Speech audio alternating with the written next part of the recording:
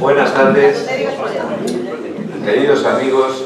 Es un placer volver a reunirnos de nuevo un jueves más en esta casa, en esta nuestra casa, y presentarles una conferencia magnífica sobre la inteligencia, nuevas perspectivas, que nos va a presentar nuestro presidente, el doctor Valentín Martínez Otero. Utilizar palabras para los que estamos aquí de presentación del doctor Valentín Martínez Otero, pues es amigo de ustedes, es su presidente. Decir su personalidad, sus múltiples características, y bueno, pues yo creo que es decir palabras de sobra, porque todos se conocen, estás entre amigos, y sin más, pues te cedo la palabra para que nos ilustres sobre este tema tan interesante y tan novedoso sobre la inteligencia y las nuevas perspectivas.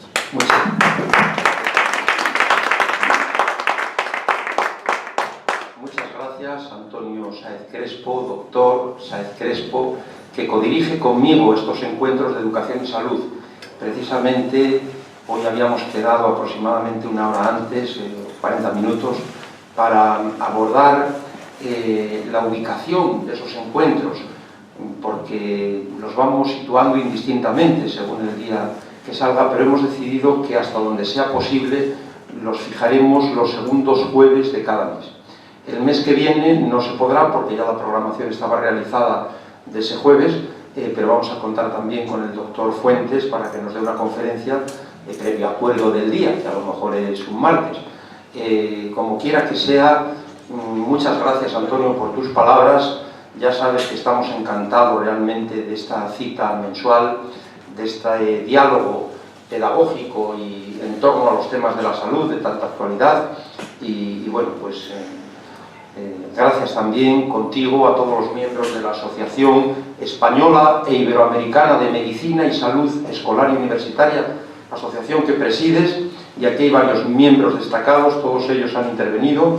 Me refiero a don Juan del Rey Calero, que inició además, yo creo, este curso con una conferencia extraordinaria a la que no pude acudir por un compromiso académico. Muchas gracias, don Juan. Ya hace unos años también nos dio otra conferencia en un ciclo que organizamos. El doctor López Bermejo, igualmente sobre la odontología, que nos llenó el Salón de Juventud, porque tuvo el enorme acierto de invitar a muchísimos alumnos de la facultad, y fue una experiencia extraordinaria que todavía antes de ayer la mencioné yo en público mediante una videoconferencia con México, porque me preguntaron qué posibilidades había para educadores en el ámbito de la salud, y cité lo que tú comentabas en esa demanda de tender puentes entre facultades y la necesidad de concienciar a los maestros, también de prevenir muchos problemas de salud dental, etc. Y el doctor Fuentes, que nos hablará, bueno, pues de temas de los que él es un gran especialista, sobre el deporte, la actividad física, naturalmente que a todos nos conciernen y todos debemos practicar en función de nuestras posibilidades y características. Y muchas gracias a todos, porque, como decía Antonio, el doctor Sáez, son todos amigos. Esta es la casa de todos los asturianos y de todos los amigos de Asturias. Y siguiendo la costumbre inveterada de nuestro centro asturiano, pues tenemos que citar singularmente también a don Amaro González de Mesa, aquí presente en primera fila, embajador de España y exdirectivo de la casa. Muchas gracias, don Amaro, manzana de oro. Y cómo no, pues a los directivos, al presidente adjunto, don Andrés Menéndez, los compañeros también de la Junta y de todos los días, como son Tere y Paco, Tino, Abelino, Paco González también, José Sotero y en fin, todas las demás, Salvi, perdonar, y las compañeras que también nos acompañáis. Por supuesto, Soledad Martínez, que tiene también presencia significativa en nuestra programación, concretamente con los martes de la poesía, esos martes tan celebrados, lo mismo que los lunes musicales, y cómo no, acompañada de don Romualdo. Muchas gracias también al matrimonio y desde luego a todos, a Nora también y a Alba Rosa, que se esconde un poco, pero será solo por el momento. Bueno, muchas gracias. Y en efecto vamos a abordar un tema que es de gran complejidad y de gran actualidad y que a todos nos concierne, como es la inteligencia. Es un poco más técnico que otras intervenciones que hemos tenido, a ver si de alguna manera pues, lo explico de una forma suficiente, porque la teoría que voy a presentar, o esbozo teórico, si somos apropiadamente modestos, pues entra en diálogo crítico y constructivo con una teoría muy afamada en nuestros círculos educativos, en nuestros círculos psicológicos y psicopedagógicos, que es la teoría de las inteligencias múltiples, nada menos que de Howard Gardner. Después le veremos, porque voy a poner un minuto de reloj, minuto y poco más, en un vídeo, si es que funciona, de internet, ¿no, Armando? Si está preparado el internet, muchas gracias. Y además recibió hace unos años, creo que fue en 2011, el premio Príncipe de Asturias de Ciencias Sociales, Howard Gardner, por su teoría de las inteligencias múltiples. Yo ya desde el inicio, para que se sepa sumariamente en qué va a consistir mi exposición, critico, como digo positivamente, al menos es mi deseo, este planteamiento teórico que tiene muchos aciertos, dicho sea de paso, y esto también hay que enfatizarlo, pero creo que pierde de vista la unidad de esa facultad que es la inteligencia humana. Es un sistema unitario, aunque complejo, es un sistema único, aunque múltiple, como lo es, y perdón, o sin él, de otra manera también una nación. Nuestra nación es una rica, unitaria, pero múltiple, compleja, diversa, sin que por ello tenga que quebrarse su unidad. Bueno, pues fundamentalmente este es el planteamiento que vamos a presentar. ¿Cuáles son los antecedentes de esta inteligencia, de este constructo, de esta concepción? Pues vaya por delante que todo el mundo tiene su idea sobre lo que es la inteligencia humana. Si reflexionamos mínimamente, todos diremos, pues inteligente es una persona que está en condiciones de adaptarse bien a las circunstancias, de resolver problemas y que tiene mucha capacidad de razonamiento, de abstraer, que tiene una gran rapidez o energía mental, que tiene gran capacidad de manejar información. En fin, todos tenemos nuestra idea sobre lo que es la inteligencia, pero en el ámbito de la psicología científica, oficial, académica, la cuestión no está nada clara y de hecho hay muchísimas teorías y muchísimas definiciones que por supuesto en algunos puntos pueden converger más que otras, pero no hay un acuerdo pleno. Lo cierto es que como grandes estudiosos de la psicología hemos de citar a Spearman, que introdujo el análisis factorial a la hora de investigar qué es la inteligencia, también la personalidad, y en su estela otros autores como son Thurston, Guilford, Cattell, etc. En nuestro ámbito yo quiero destacar a Mariano Yela. Mariano Yela, que es curioso porque yo hablé hace ya unos cuantos años con un doctor en psicología que hizo su tesis doctoral sobre Mariano Yela y fui yo el que le recordé que Mariano Yela tenía estos estudios sobre la inteligencia. Después firmamos algún trabajo juntos, pero realmente es una aportación significativa, como otras muchas que realizó Mariano Yela, uno de los grandes introductores en España de la considerada psicología científica. Bueno, lo que dice Yela, que esto a veces se ha descuidado, y yo creo que tiene una gran importancia, es que la inteligencia en efecto es una estructura relativamente unitaria y múltiple. En la actualidad, por el éxito que están teniendo sus teorías, destacan estas dos, las de dos psicólogos norteamericanos, dos psicólogos que han alcanzado un renombre internacional, como son Robert Stenberg, que por cierto habla español, yo creo que lo aprendió en México, pero habla bien el español, y Howard Gardner, al que antes me refería. ¿Qué queremos señalar o destacar con este neologismo unidiversa? Pues lo que antes hemos dicho y repetiremos, que de alguna manera la inteligencia es única, es unitaria, aunque es compleja también, y la multiplicidad que alberga no tiene por qué quebrar su unidad, como tampoco tiene por qué quebrar la unidad de España, pues su diversidad. Al menos es lo que pensamos. Muy bien, de manera que nos encontramos con una concepción de la inteligencia como unitas múltiples, que en modo alguno pasa por alto esa visión sistémica, unitaria, ni la polivalencia o versatilidad que posibilita esta capacidad o esta facultad. Este planteamiento propio de la inteligencia unidiversa, que no surge de la nada, que no brota de ex nihilo, que dirían los clásicos, porque, como decimos, rescata también este planteamiento de Mariano Yela, esta estructura unitaria y múltiple, pues es sensible a aspectos sociales, aspectos históricos, culturales, educativos. Es una teoría, pretendemos, que sea respetuosa y comprometida también con la unidad y la diversidad de nuestra especie. La inteligencia es una estructura de múltiples aptitudes, aptitudes intelectuales, desde una general que interviene en todos los procesos intelectuales, en todos los comportamientos inteligentes, que los impregna a todos, los baña a todos, hasta otras aptitudes que están más vinculadas a situaciones particulares, serían aptitudes específicas, pasando por otras aptitudes de amplitud diversa o variable. Bueno, veamos en este momento, porque aquí nos sirve de recordatorio, este vídeo en el que habla Howard Gardner sobre su teoría de las inteligencias múltiples. A ver si conseguimos acceder a él. Parece que sí.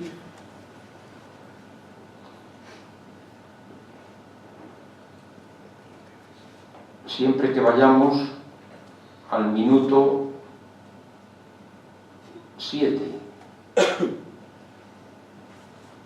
Vamos a ver.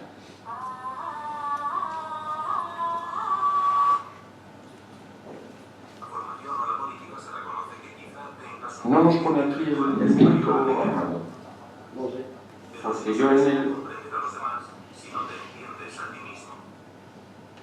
Bueno, si no, no pasa nada, ¿no?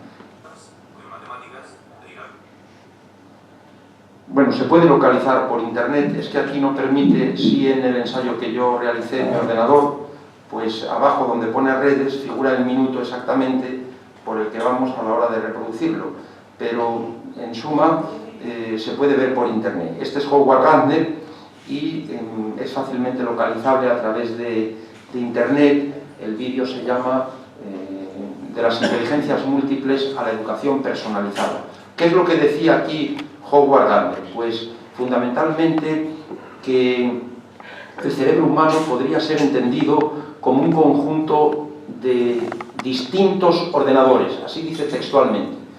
Y claro, esta metáfora pues de alguna manera no nos satisface, porque en todo caso consideramos que tenemos un ordenador complejo, pero un único ordenador, un ordenador complejo. ¿Qué se nos dice desde la neurofisiología? Y después pondremos nuestra metáfora. ¿Qué se nos dice desde la neurofisiología? Pues que el cerebro combina de forma compleja la globalización y la localización. Es decir, que hay áreas en efecto especializadas, esto es indiscutible, nadie lo niega, hay áreas especializadas en el cerebro, pero tampoco se ha de pasar por alto la interconexión entre esas áreas. Es decir, que hay vías, puentes o rutas de conexión entre las distintas áreas cerebrales. Por supuesto, no hemos de confundir el cerebro, que es el órgano, con la inteligencia, que es algo intangible, pero encuentra su soporte biológico, fisiológico, en el propio cerebro. Y pensamos que también para los más escépticos, pues este planteamiento de lo que nos dice la topografía cerebral, de alguna manera viene a dar consistencia a nuestro planteamiento teórico. ¿Qué metáfora nos satisface más para explicar esta teoría de la inteligencia unidiversa? Pues una metáfora clásica, una metáfora, por otra parte, bastante ecológica, que es la metáfora del árbol. La metáfora del árbol, que nos permite diferenciar unas raíces, porque la inteligencia se hunde en la personalidad. La personalidad es la versión operativa de la persona es todo. y la inteligencia es parte de esa personalidad, de esa persona. Por tanto, esto nos lleva a reconocer que la inteligencia no actúa de manera aislada, no actúa fríamente, no actúa de una manera aséptica o maquinal. Así actuaría una inteligencia artificial como la de la computadora. El ordenador actúa fríamente. De momento, aunque están haciendo ensayos ya, pero carece de emociones, carece de sentimientos, de motivaciones, de ilusiones, de sueños, etc. Muy bien. El tronco. Pues el tronco, continuando con esa estructura arbórea, es donde se situaría fundamentalmente el núcleo de la inteligencia. El núcleo de la inteligencia. Y es que, indiscutiblemente,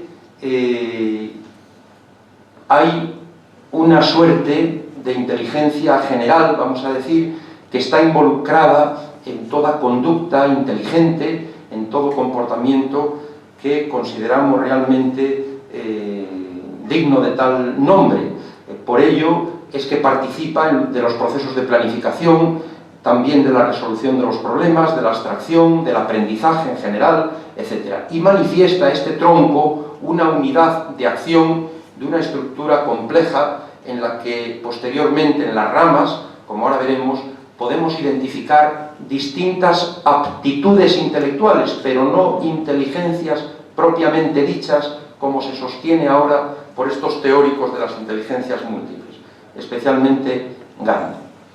Y las ramas, que como digo, tienen una amplitud variable, hay unas que son más consistentes y otras más específicas, de una rama pueden venir otras pequeñas ramitas. Pensemos, por ejemplo, en la aptitud lingüística, pues es fácil identificar una aptitud menor contenida en esa aptitud lingüística, que sea la fluidez verbal, por ejemplo, o la comprensión verbal, como dos ramitas que pertenecen a esa aptitud lingüística. Como quiera que sea, nosotros con carácter provisional hemos identificado por el momento estas 12 aptitudes intelectuales, que son las siguientes. La aptitud afectiva, las he ordenado alfabéticamente. Tiene que ver con la capacidad para expresarse bellamente mediante recursos plásticos, lingüísticos o sonoros. Bueno, todos conocemos a algunos artistas y de alguna manera, aunque también sea susceptible de mayor nivel de especificación, de concreción, pero poseerían los artistas en mayor o menor grado esta aptitud artística. Estamos en la artística, muy bien. A menudo exige combinación de procesos lógicos e intuiciones, extraordinaria interpretación de lo real o imaginado y acreditada habilidad ejecutiva. Nos hemos saltado la afectiva. Bueno, la aptitud afectiva cada vez va cobrando más fuerza en nuestros días al hablar de la inteligencia. No por casualidad es que destaca en Norteamérica otro psicólogo con un libro que se ha hecho un bestseller, que es el de la inteligencia emocional. Inteligencia emocional, podría llamarse también inteligencia afectiva. ¿A qué nos referimos cuando hablamos de aptitud afectiva en nuestros términos? Pues a la capacidad para conocer, expresar y canalizar la afectividad, sobre todo sentimientos, emociones, pasiones y motivaciones. Hay que tener en cuenta también la capacidad para expresar lo que uno siente y para captar, hasta donde sea posible y conveniente, lo que otros sienten. De ahí que la empatía, de alguna manera, tendría que ver con esta aptitud y, por supuesto, también lo que se conoce hoy como la lexitimia, la capacidad para expresar nuestras emociones.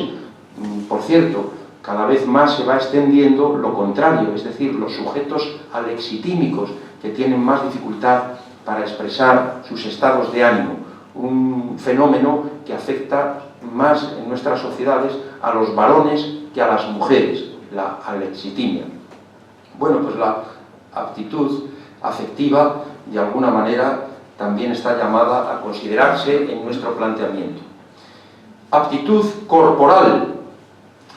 La aptitud corporal es la capacidad para actuar físicamente en el entorno. Implica que la persona es consciente de su propia realidad corporal, tiene habilidad psicomotriz, canaliza adecuadamente su energía, tiene un buen nivel de ajuste y de desenvolvimiento personal, así como una apertura, expresión y relación con los demás también suficientes. Es la que poseerían, pues no sé, algunos deportistas en mayor grado que los demás, quizá bailarines, etc. Aptitud ecológica supone conciencia de que formamos parte de un ecosistema, de una misma comunidad de seres vivos. Ayer mismo, por ejemplo, pues el conferenciante nos recordaba esta dimensión ecológica, la necesidad de que adoptemos una perspectiva sistémica como un gran sistema, este planeta en el que todos pues tenemos un impacto mayor o menor sobre el conjunto, de manera que esto es absolutamente necesario si no queremos que el entorno y nuestra casa común se eche a perder definitivamente. Por eso tenemos que dar toda la razón a aquel pancartista que agitaba su pancarta diciendo: no queremos medio ambiente, lo queremos entero. Tenemos que compartir en ese sentido aquellos que aspiren a tener una actitud ecológica.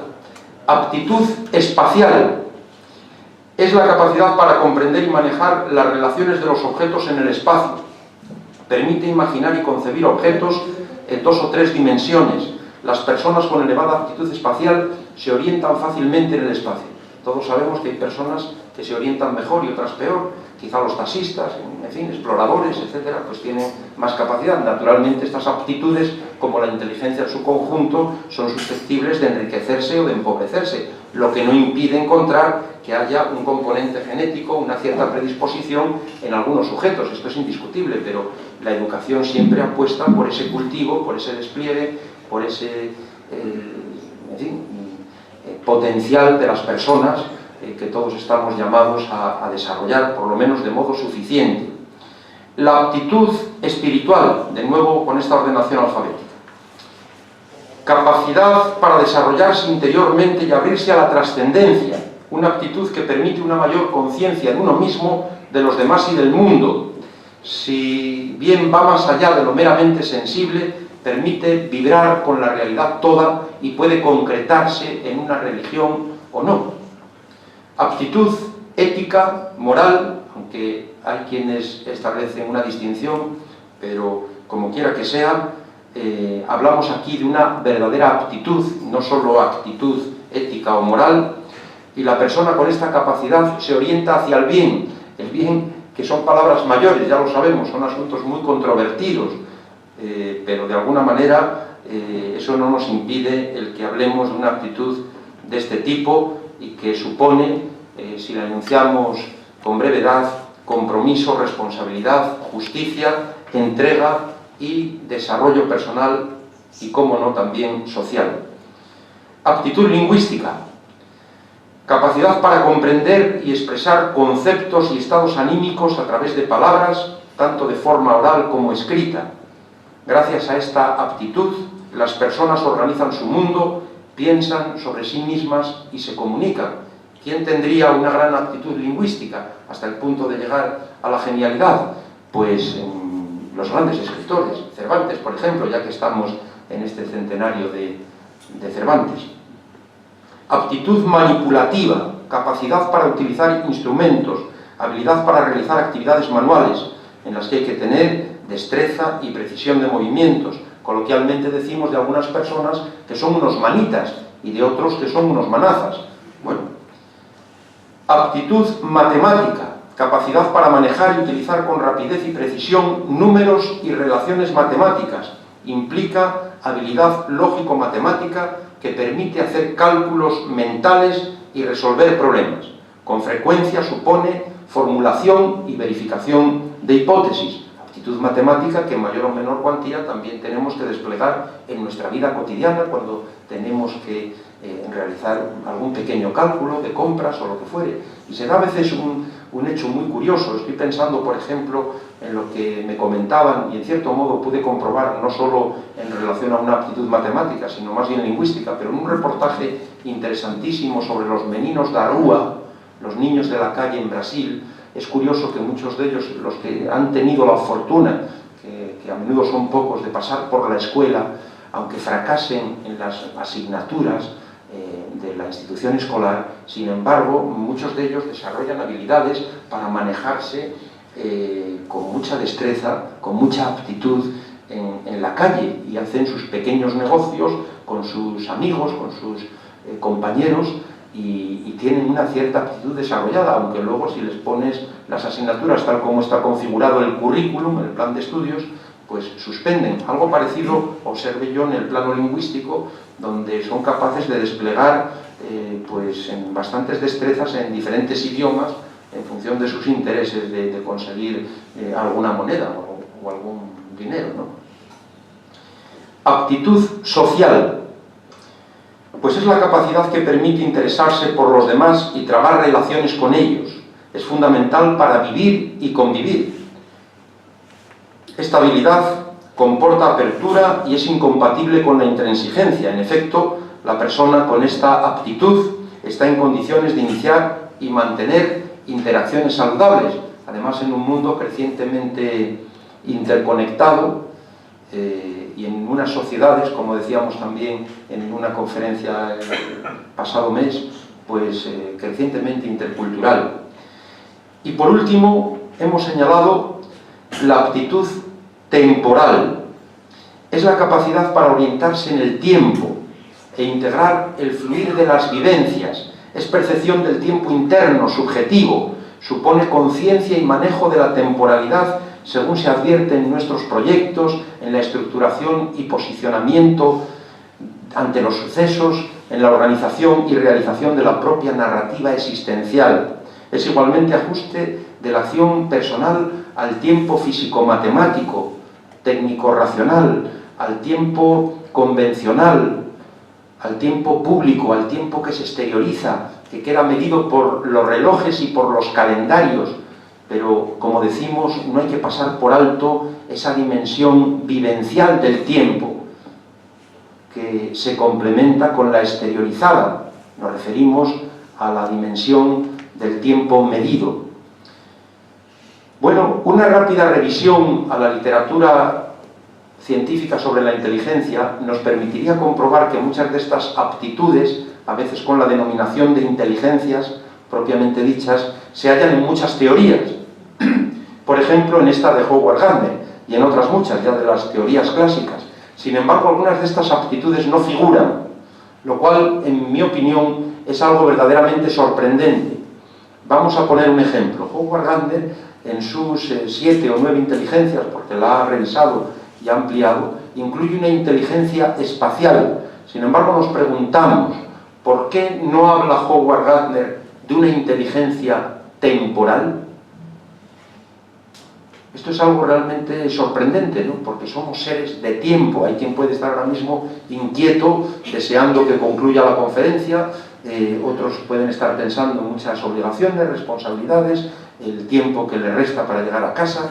En fin, es una cuestión verdaderamente curiosa que también nos sorprende. Hoy, por cierto, se anunciaba desde la prensa que se han identificado las ondas gravitacionales que deforman el espacio-tiempo y por tanto hacen buena la teoría de Albert Einstein, el espacio-tiempo, dos magnitudes absolutamente entreveradas. Es algo curiosísimo porque el ser humano es un ser de tiempo, hablamos del tiempo terrenal, no nos metemos en las creencias, porque hoy me escribía precisamente un profesor y me decía, tenemos la eternidad. Bueno, pues está muy bien también que se piense de esa manera, ¿no? Relevancia de lo humano social en la inteligencia unidiversa. Bueno, ya decíamos antes que la inteligencia no actúa fríamente, no actúa desgajada de la personalidad, o no debiera ser así, y por tanto, para que un comportamiento sea considerado verdaderamente inteligente, tiene que tener este núcleo moral, afectivo, sensible y convivencial en definitiva. Durante mucho tiempo hemos estado manejando nociones de la inteligencia de carácter maquinal, que además de ser pobre, según figura en la proyección, comportan un significativo grado de cinismo, pues con facilidad se abren las puertas a intereses aberrantes, a menudo particulares, egoístas, mezquinos, que perjudican al conjunto de la población o a muchas personas. De manera que hay que tener mucho cuidado con esto, y la escuela, pues de alguna manera ha de tenerlo en cuenta.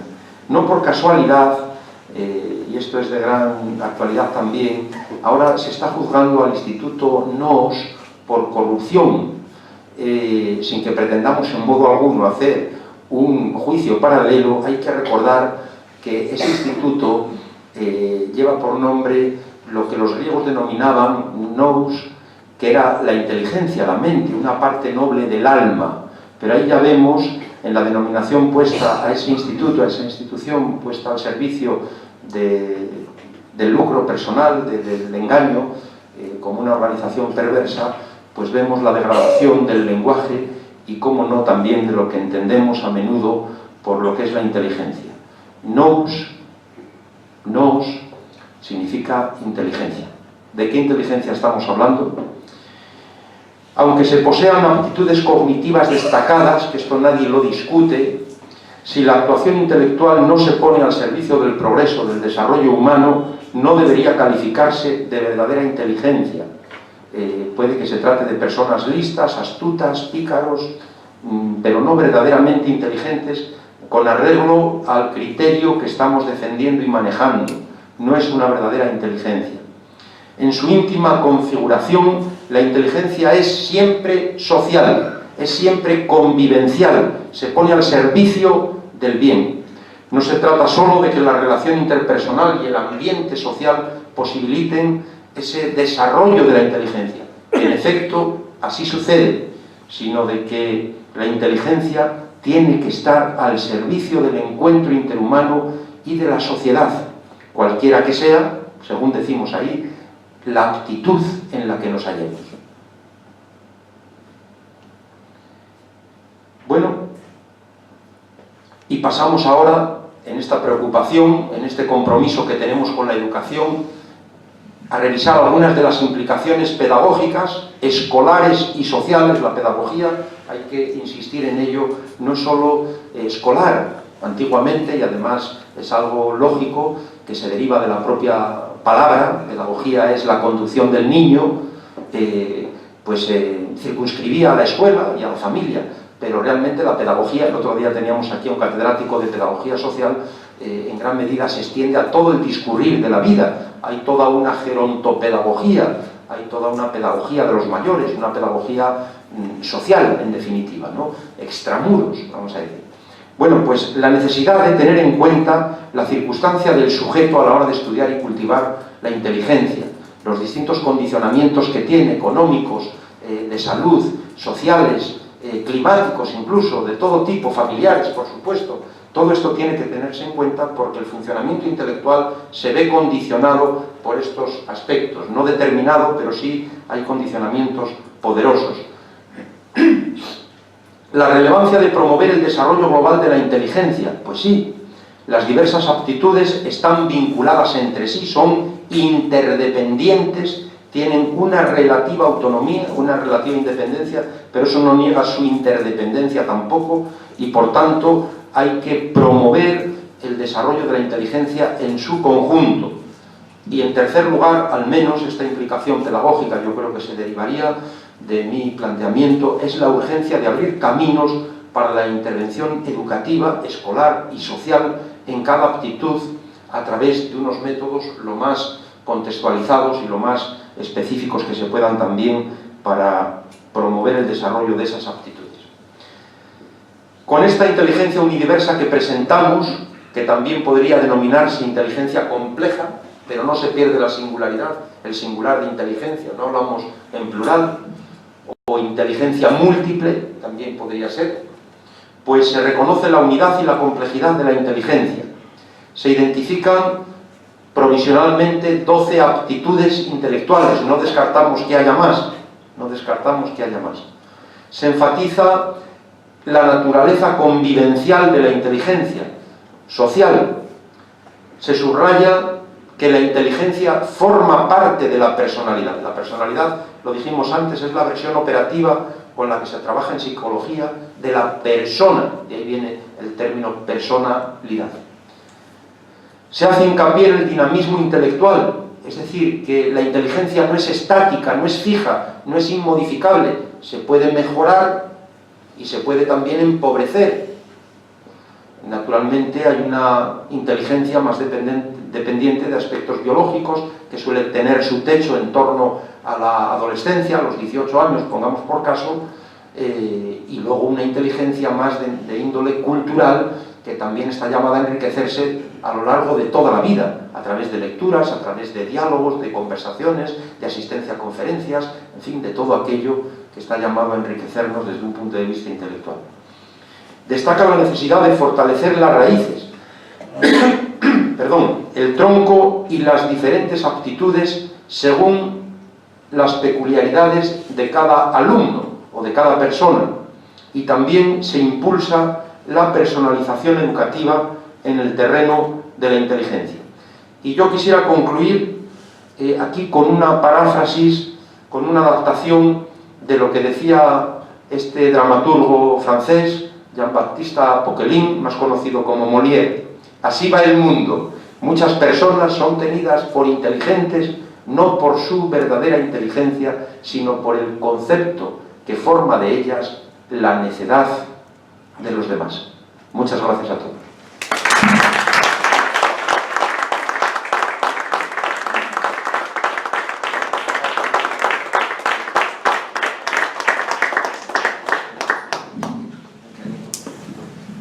Muy bien, pues ahora es la voz de ustedes. Nos gustaría escuchar sus comentarios, sus preguntas al ponente. En fin, esperamos su participación. Adelante, doctor del Rey Calderón.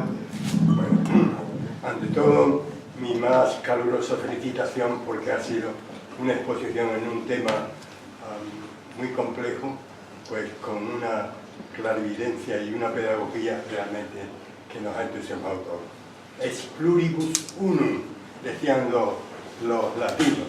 Bueno, ya decían que en mi bachillerato estudiamos 7 años de latín, y entonces realmente la persona, rationalis nature individua substancia, que es la definición de Boethius, que es quizás la definición más clara de lo que es la persona humana, es decir, una naturaleza individual, porque cada ser es distinto, es pluribus, de muchas cosas, es pluribus unum, es decir, de naturaleza racional. Y yo recuerdo una frase que le oí a Simone Weil. Simone Weil decía: nosotros somos como un árbol plantado en la tierra que tiene unas tendencias que van hacia arriba, hacia el cielo, porque el hombre es trascendente en su espiritualidad, y una fuerza que le unen a la tierra, como es la gravedad, que lo compartimos con los demás. Y recuerdo también una frase de Gregory Bell que decía: estamos programados para ayudarnos los unos a los otros.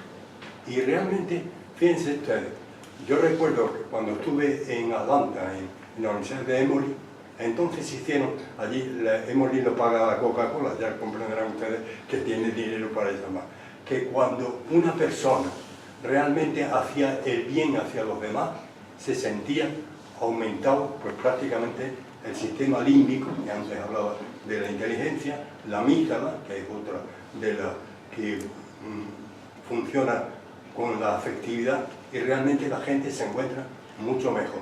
Es decir, porque prácticamente se aumenta la dopamina, se aumenta una serie de sustancias gratificantes para el propio sujeto.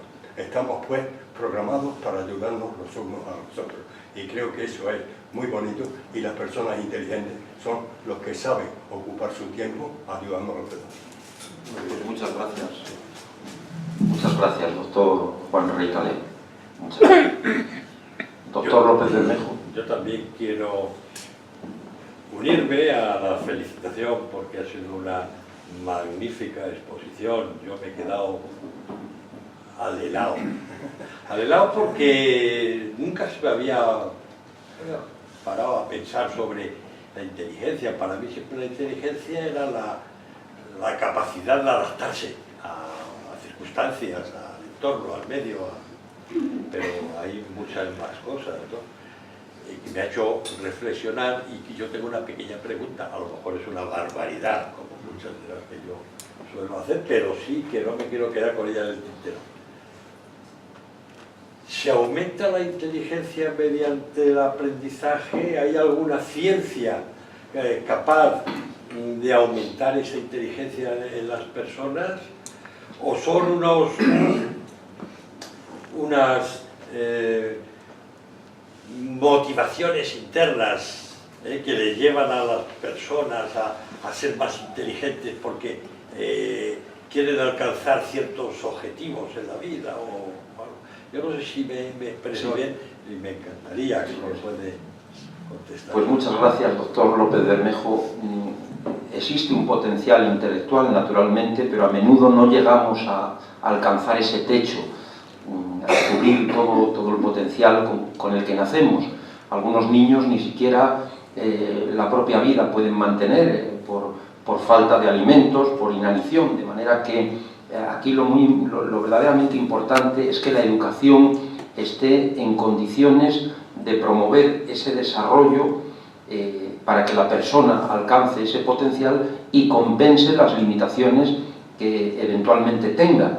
Pero claro que puede desarrollarse y debe desarrollarse a través de la educación en su sentido más amplio, en su sentido más extenso, que se refiere a los aspectos escolares, pero en primer lugar a los familiares, a la educación primera y más importante, que es la familiar, y a la educación en ese sentido social al que antes nos referíamos cuando hablábamos de la pedagogía social.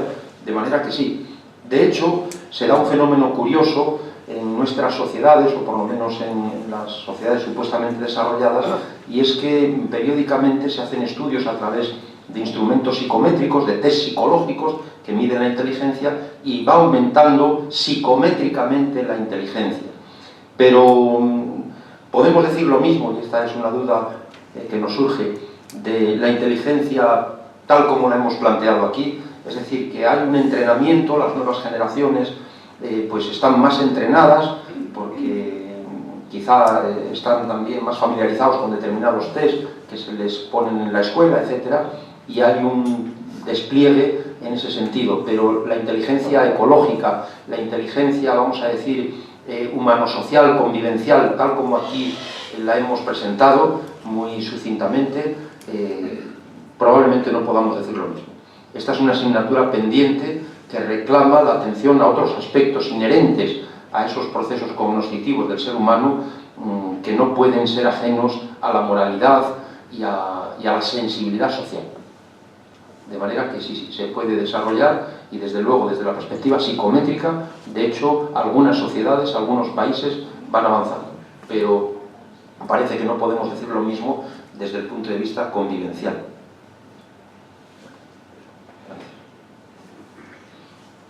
Adelante, Rosa. A mí me encantó, es verdad. Pues Y veo de verdad que muchas gracias. Tenéis que venir siempre a todos los actos, porque esto es una maravilla para la autoestima. Pero claro, es que yo pienso que, a lo mejor estoy equivocada, por favor, pido disculpas, pienso que la inteligencia depende un poco también de tu entorno, depende dónde estés, eso, no tenemos más que ver un niño en el ambiente que vive, el lenguaje que tiene, a otro que no tiene ocasión de ello. No sé si estoy equivocada, me gustaría que me lo dijeras. Pues Alma Rosa, estás en lo cierto, efectivamente así es. Hubo una polémica durante mucho tiempo, no solo con la inteligencia, sino también con la personalidad en su conjunto. Algunos psicólogos decían la personalidad y la inteligencia dependen de la herencia, de la genética, y otros planteaban, no, la personalidad y la inteligencia, las diferencias intelectuales dependen del entorno, como ha dicho Alma Rosa, del ambiente, de la educación. Bueno, lo cierto es que esa O, si la inteligencia depende de la genética o del ambiente, tiene que sustituirse por una I, por la conjunción I. La inteligencia depende de la genética, naturalmente, pero también del ambiente, de la educación, y por eso nosotros como educadores organizamos estos encuentros y nos dedicamos profesionalmente a la docencia para ver en qué medida podemos promover una personalidad saludable, vamos a decir, y con ella la inteligencia, que forma parte de la misma. O sea que, de acuerdo. ¿Y no crees que también la necesidad? Pues la necesidad, la motivación, sí, todo esto influye, sin duda alguna. Muchas veces el ser humano, la persona individual o socialmente considerada, cuando tiene unas necesidades, es cuando se activa, se pone en alerta y despliega todo su potencial. De otra manera, pues se puede hacer cómodo y en fin, y un tanto holgazán, incluso la inteligencia, por supuesto, ¿no? De manera que sí, la necesidad influye, es parte de ese ambiente, es parte de esa situación del entorno a la que nos referíamos. Por eso es importante que uno tenga motivaciones y que esté suficientemente alerta, ¿no? Suficientemente activo. Me parece que aquel señor... Hace tiempo leí que había un señor que era más o menos normal, que dio un golpe en la cabeza y aprendió y está dando clases en una universidad americana. Entonces la pregunta es si las inteligencias que ha nombrado están en el cerebro en algún área concreta que pueda dar origen a que al estimularla o dar un golpe pues se pueda uno volver inteligente. Bueno, yo no lo recomendaría, que se den golpes porque las consecuencias pueden ser muy negativas. De manera que lo que hay que cuidar es también la alimentación, llevar una vida saludable, y tradicionalmente se han distinguido 3 zonas en el cerebro, que algunos hablan de cerebros también. El cerebro reptiliano, el más antiguo, es el paleocerebro, el más viejo, el más antiguo, ¿no? Filogenéticamente hablando. Estaría también el cerebro emocional, relacionado con estructuras como las que ha mencionado el doctor Juan del Rey Calero, el sistema límbico, etc. Y después estaría la corteza cerebral, el neocortes, que ya nos informa de un cerebro pues más reciente filogenéticamente. De alguna manera lo que hay que hacer es, pues desde esta perspectiva de la inteligencia unidiversa, cuidar en la infancia y luego en todas las edades, yo creo que todas esas áreas adscritas a las distintas aptitudes. El ser humano intelectualmente tiene que comprometerse de modo suficiente con esas aptitudes para que no haya un desequilibrio, y luego, por supuesto, aquellas personas que destacan en algún ámbito, que tienen algunas aptitudes muy destacadas, pues están llamados también a promoverlo, incluso si pueden en grado superior, como es la genialidad. Pero en general, como los genios estadísticamente entran dentro de lo que se conoce como las excepciones, la psicología de la excepcionalidad, lo importante es que no caigamos en aquello que Ortega denominaba los bárbaros modernos, una especie de sujetos muy destacados en un campo y retrasados o deficientes en todo lo demás, de manera que hay que promover también ese tronco y esa globalidad de la inteligencia en general, ¿no? Por supuesto. De manera que, adelante don José Sotero y luego Andrés. Primero don Andrés, que No. Que sigamos el orden. hoy habrás observado que vengo solo y voluntariamente, y pues hace muchísimo interés de haberte escuchado y haber sabido un poco más de ti. Y he quedado encantado, sinceramente. Gracias. Además es un tema que me gusta. La pregunta es muy concreta. Hace tiempo aprendí, alguien me enseñó o leí, que somos incapaces de explotar nuestro cerebro al 100%. Y que es mucho más triste todavía, es decir, no llegamos a explotarlo en más de un 6 o un 7% de capacidad. Dicho así groseramente, y que los genios pues, pueden llegar incluso hasta el 15%. ¿Es así o estoy equivocado? Bueno, yo no sabría cuantificarlo, ni creo que se pueda hoy por hoy. De lo que no hay duda es de que tenemos muchas más posibilidades, a menudo desperdiciadas, porque no hace más que, bastaría con pensar, con imaginar la cantidad de tiempo que desperdiciamos, que perdemos en acciones que son irrelevantes o incluso contraproducentes desde el punto de vista intelectual. Sin ir más lejos, el ver la televisión. Hoy el promedio de horas que se pasan viendo la pequeña pantalla pues han de ser de 2 horas y media o 3 en toda la población al día. Si sumamos a esto videojuegos, en el caso de la población infanto-juvenil, ordenadores, etcétera, pues es una cantidad impresionante. Por lo tanto, claro, no decimos que no se pueda ver la televisión, pero sí de una forma más razonable y razonada, y por supuesto que se realicen otras actividades que puedan resultar más estimulantes desde el punto de vista intelectual y cerebral, como leer, como entrar en conversación con los amigos, con la familia, asistir a espectáculos culturales, artísticos, etc. De manera que, en general, sí estamos, creo, significativamente por debajo de lo que es nuestro potencial individual y colectivo. Pero no podría yo decir un porcentaje exacto, lo desconozco. Gracias. Gracias. Y no sé si alguien más... bueno, Andrés. Bueno, después de una exposición tan magnífica y tan bien elaborada, tan fantásticamente presentada, hay que ser inteligente para preguntar sobre la inteligencia. Entonces, muchas veces te dice qué inteligente es, qué lástima que no lo aplica adecuadamente. Y esas personas que no lo aplican adecuadamente, ahora que se está viendo mucho, que lo aplican tanto utilizando la corrupción y otras cosas, esas personas se pueden calificar de inteligentes, son espabilados, son listos, son... Bueno, con arreglo a lo que hemos expuesto, indiscutiblemente toda persona, salvo que sea un descerebrado en sentido literal, tiene unos procesos cognitivos, tiene unos procesos intelectuales. El cerebro no descansa, siempre está activo, incluso durante el tiempo en que dormimos, ¿no? Esto es innegable. Ahora, el concepto de inteligencia ahí yo creo que está mal aplicado. Esto obedece a un planteamiento que perdura en nuestros días, que yo creo que la escuela debe cambiar, la psicología y la pedagogía tienen que modificarlo. Se ha premiado determinados tipos de aptitudes cognitivas destacadas en perjuicio, en menoscabo de otras que no se han cuidado en la escuela. Por ejemplo, la sensibilidad, lo que llamaríamos nosotros, con arreglo a este planteamiento, la aptitud afectiva, la aptitud social, la aptitud espiritual incluso, etc.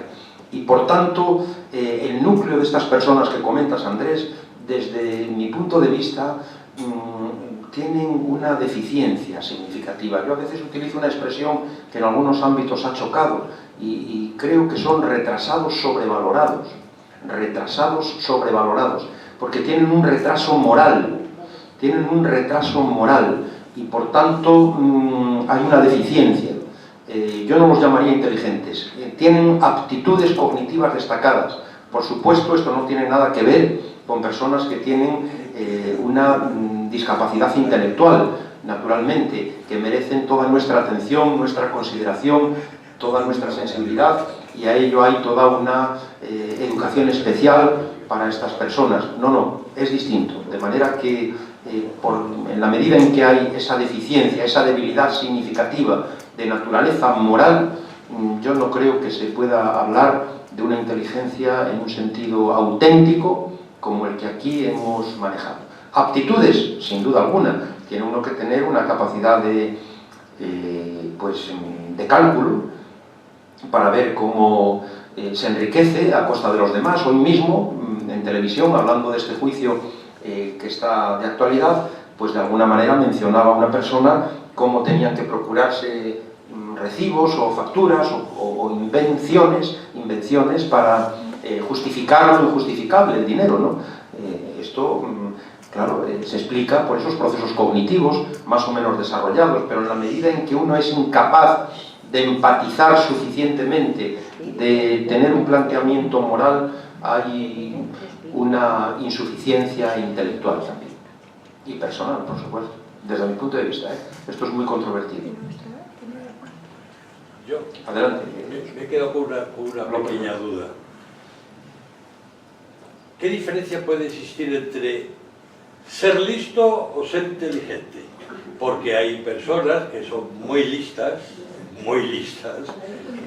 y triunfan, alcanzan sus objetivos, se enriquecen, pero en el fondo no dejan de ser algo que siempre decía mi padre, es un burro cargado de oro, ¿no? Bueno, puede ser, ¿no? En efecto, sería un poco, aunque con otros términos, la misma pregunta que formulaba Andrés.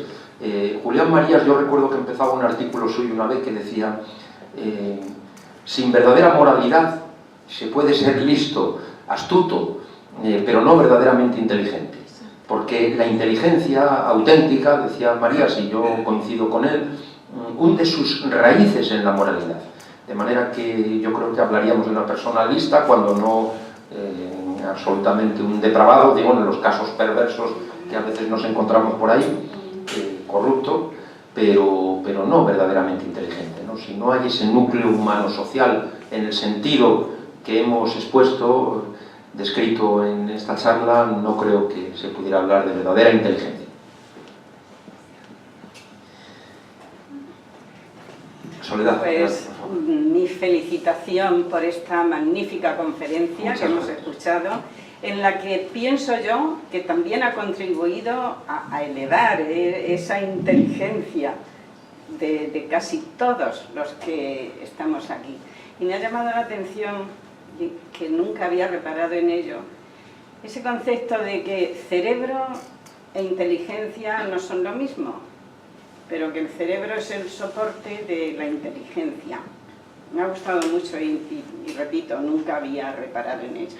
Pues muchas gracias, Soledad. Sí, en efecto, el cerebro es el órgano de la inteligencia, pero no hay una equivalencia, obviamente. Estamos hablando del cerebro, de la materia, del soporte neurofisiológico, y la inteligencia en principio es algo intangible, es algo abstracto, y generalmente los psicólogos pues lo que hacemos es medirla de forma indirecta por aquello que se considera una conducta inteligente, por ejemplo, al poner exámenes o al hacer unos test concretamente, donde supuestamente hay que resolver unos problemas que se plantean, pero siempre es algo indirecto, y por ser indirecto es también en cierto modo incompleto, lo cual no anula el valor de estos instrumentos psicológicos, que dicho sea de paso, en ocasiones se ha abusado de los mismos para calificar, clasificar a las personas, incluso a grupos humanos completos. Estamos hablando ahora de raza negra o raza blanca, quiénes son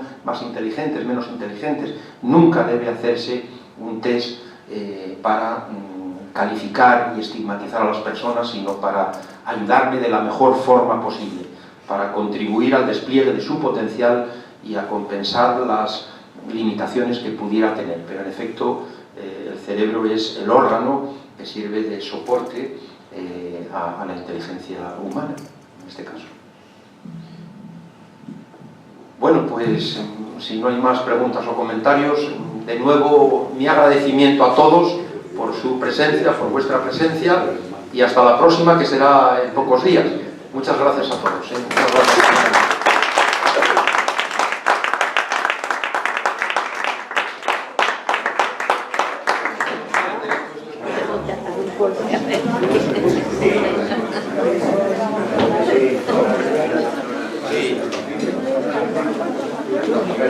gracias.